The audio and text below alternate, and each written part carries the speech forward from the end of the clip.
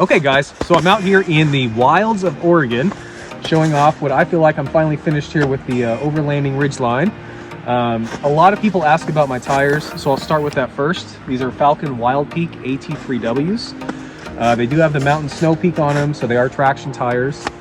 But I love them. They've got great traction. I haven't gotten stuck in them yet. Probably will at some point, but yeah, if anyone's curious about the sizes for the Ridgeline, it's a 260, 560, 18. Ended up getting the J-Sport Plateau roof rack here, super solid. One of the things I wanted to do with this was to get lights on it so that I can see when I'm in the middle of nowhere. So I ended up getting the Trigger 4+ light switch, and I did that for a couple of reasons. One, it's a pain in the ass to actually wire things through the firewall appropriately. And what that is it's a Bluetooth switch for the lights. So you no longer need to actually run wires into the cab. In addition to that, they are easy connections. So basically you're wiring up to the vehicle's battery, plugging in a supplied cable, and then it's just power and ground. And one of the cool things about it is everything is wireless. So as you can see, the lights are on right now. You can have this remote with you anywhere you go.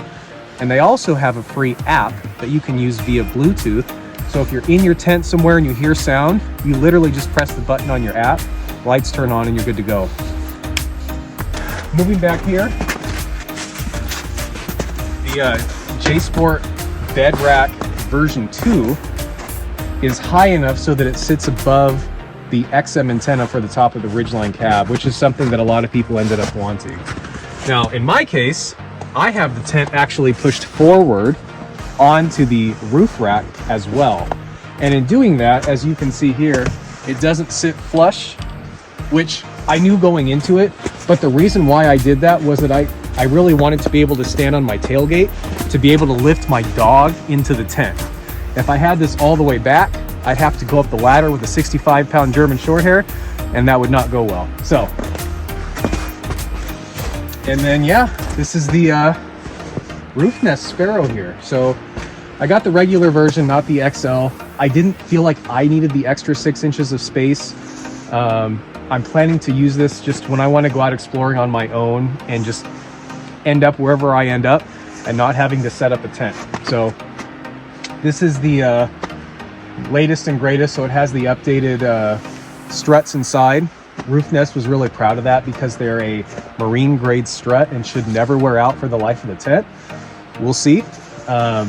You guys have seen a million review videos on it, so I don't need to do a review on the tent. It's awesome. I've had one night's sleep in it and I didn't freeze because I had a heater, but for the most part, you know, it's pretty much as advertised. Other than being a little spendy, it's a pretty good purchase.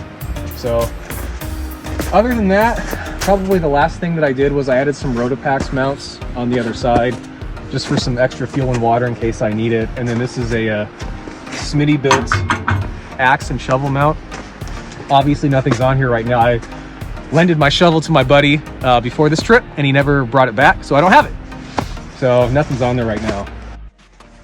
So we'll do a short video here going inside the Roofnest just so you can see what it's like.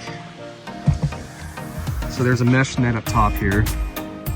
When you put anything in here though, it sags so low that you can't really sit up. Something that I used it for last night was I put the phone in there and watched a video and fell asleep to it. That is the small little rechargeable light that Roofnest gives you, as well as the light bar right there. So I have a power bank that that's plugged into at night. So that's how I get power up here. And there's my Mr. Heater buddy that I have up here. I'll occasionally turn it on in the night just if I get super cold, but for the most part, I don't use it that often. One thing I do though, because I know a lot of people talk a lot of crap about it, the heat obviously pulls above it, right? So I have a USB fan that I plug in and I just stick the fan on the side here so it blows the air around the tent. Also helps with condensation. The hot air doesn't cool at that point. So I've had no issues with this or any other small tent spaces, but yeah, one of the cool things about the Roofnest is every single side unzips. So if you ever need to replace anything, any side, any area, It literally, there we go, just unzips and you can take it off and send it back. Roofnest has been really helpful with support, so that's been great. And the best parts are the views from up top.